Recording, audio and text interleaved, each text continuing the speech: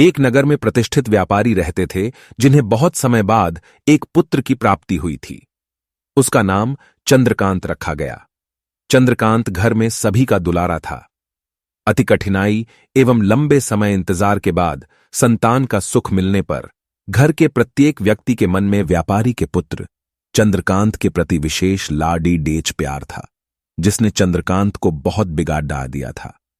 घर में किसी भी बात का अभाव नहीं था। चंद्रकांत की मांग से पहले ही उसकी सभी इच्छाएं पूरी कर दी जाती थीं। शायद इसी के कारण चंद्रकांत को ना सुनने की आदत नहीं थी और ना ही मेहनत के महत्व का आभास था। चंद्रकांत ने जीवन में कभी अभाव नहीं देखा था, इसलिए उसका नजरिया जीवन के प्रति बहुत अलग था। और वहीं व्यापारी ने कड़ीढ़ी मेहनत से अपना व्यापार बनाया था। ढलती उम्र के साथ व्यापारी को अपने कारोबार के प्रति चिंता होने लगी थी।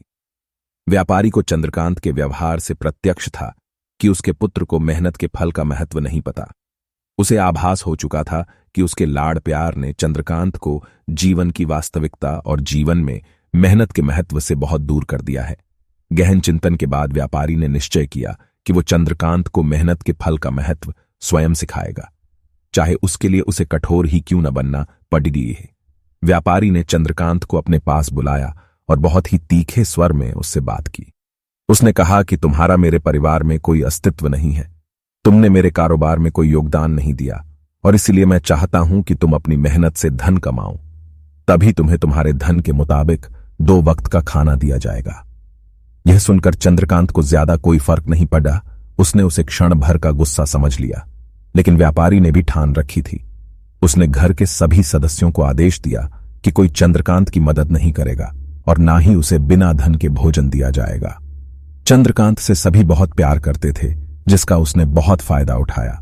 वो रोज किसी न किसी के पास जाकर धन मांग लाता और अपने पिता को दे देता, और व्यापारी उसे उन पैसों को कुएं में फेंकने का बोलता, जिसे चंद्रकांत बिना किसी अड्ढचन के फेंक आता और उसे रोज भोजन मिल जाता।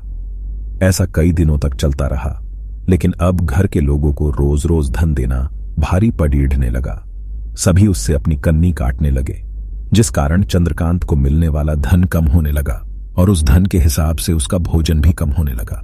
एक दिन चंद्रकांत को किसी ने धन नहीं दिया और उसे अपनी भूख को शांत करने के लिए गांव में जाकर कार्य करना पड़ीढ़ा। उस दिन वो बहुत देर से थका हारा व्यापारी के पास पहुंचा और धन देकर भोजन मांगा। रोज के अनुसार व्यापारी ने उसे वो धन कुएं में फेंकने का आदेश दिया, जिसे इस बार चंद्रकांत सहजता से स्वीकार नहीं कर पाया और उसने पलटकर जवाब दिया, पिताजी, मैं इतनी मेहनत करके पसीना बहाकर इस धन को लाया और आपने मुझे एक क्षण में इसे कुएं में फेंकने कह दिया। यह सुनकर व्यापारी समझ गया कि आज चंद्रकांत को मेहनत के फल का महत्व समझ आ गया है। व्यापारी भली भांति जानता था कि उसके परिवार वाले चंद्रकांत की मदद कर रहे हैं, तभी चंद्रकांत इतनी आसानी से धन कुएं में डाल आता था। लेकिन उसे पता था एक न एक दिन सभी परिवारजन चंद्रकांत से कन्नी काट लेंगे। उस दिन चंद्रकांत के पास कोई विकल्प शेष नहीं होगा। व्यापारी ने चंद्रकांत को गले लगा लिया और अपना सारा कारोबार उसे सौंप दिया। शिक्षा। आज के समय में उच्च वर्ग के परिवारों की संतानों को मेहनत के फल का महत्व पता नहीं होता, और ऐसे में यह दायित्व उनके माता पिता का होता है कि वो अपने बच्चों को जीवन की वास्तविकता से अवगत कराए। लक्ष्मी उसी घर में आती हैं जहां उसका सम्मान होता है। मेहनत ही एक ऐसा हथियार है जो मनुष्य को किसी भी परिस्थिति से बाहर ला सकता है। व्यापारी के पास इतना धन तो था कि चंद्रकांत और उसकी आने वाली पीढ़ी बिना किसी मेहनत के जीवन आसानी से निकाल लेते, लेकिन अगर आज व्यापारी अपने पुत्र को मेहनत का महत्व नहीं बताता तो एक न एक दिन व्यापारी की आने वाली पीढ़ी व्यापारी को कोसती।